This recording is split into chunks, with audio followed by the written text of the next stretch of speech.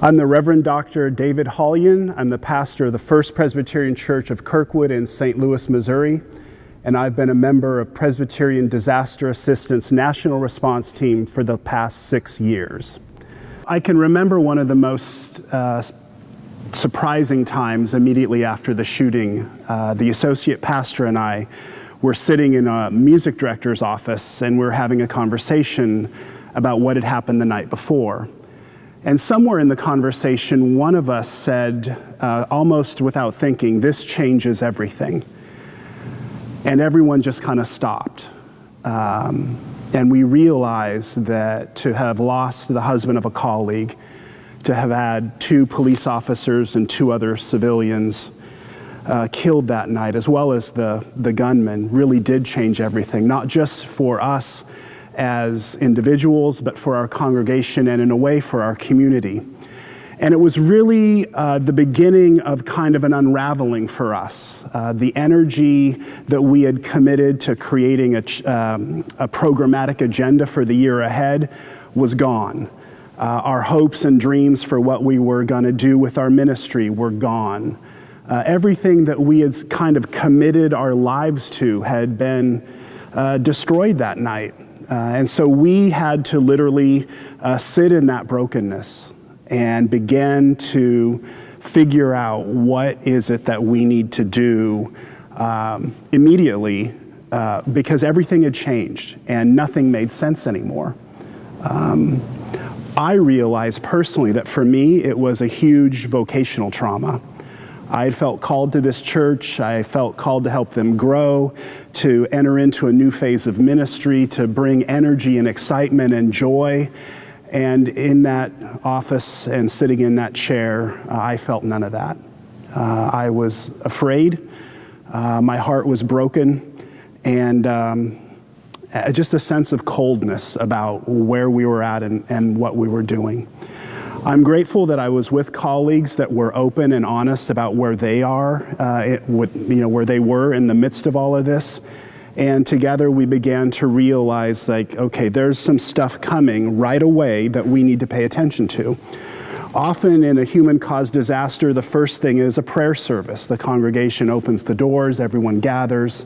There's candles, teddy bears, cards, balloons. You've seen it on television. It's one thing to be unaffected in your congregation and be a part of organizing that. It's something quite different when it is your congregant that's dead. And you've got to figure out now how to be present to the community, to the staff, to the widow or widower, to the families that have been impacted by all of this. I mean, there's just so much stuff swirling around. And you got to kind of pay attention to how do I minister now in this valley of the shadow of death? How do I minister in this place that I never, ever, ever imagined that I would find myself in, that I'm pretty sure I'm not equipped to deal with, and honestly, that I really just don't want to be. I would rather do anything else than figure out how to do a vigil service for the husband of a colleague. And yet, the people were going to come, and so we began to think through what it was we needed to do. The next thing that we became aware of was that there was a Sunday coming. And again, in the church that I serve, we plan about 6 to 9 months out. And part of the realization of that early morning conversation was that our worship and liturgical agenda had been decimated. The sermon that I had written to be preached just a few days later, I needed to stick through the shredder and start over because everything that we had planned no longer made sense. Normal had been destroyed that night. And what we needed to do was to figure out how to be in something that was completely unexpected and unknown. And so besides the vigil, there's the worship service, there's the funerals that are coming next week that we knew we would have to conduct. There was all of this demand for sort of our liturgical presence. And thankfully, because we had that awareness that this incident changed everything, what we did is we sat down with the church calendar and took a red pen and started crossing things off that were non-essential. Staff meetings got canceled. Bible studies got canceled. small group things, just we're done. We're not doing that for the first couple weeks, because we need to figure out what the congregation needs, we need to figure out what the staff needs, and we need to figure out what we need to be as healthy as we can be in the midst of all this swirl.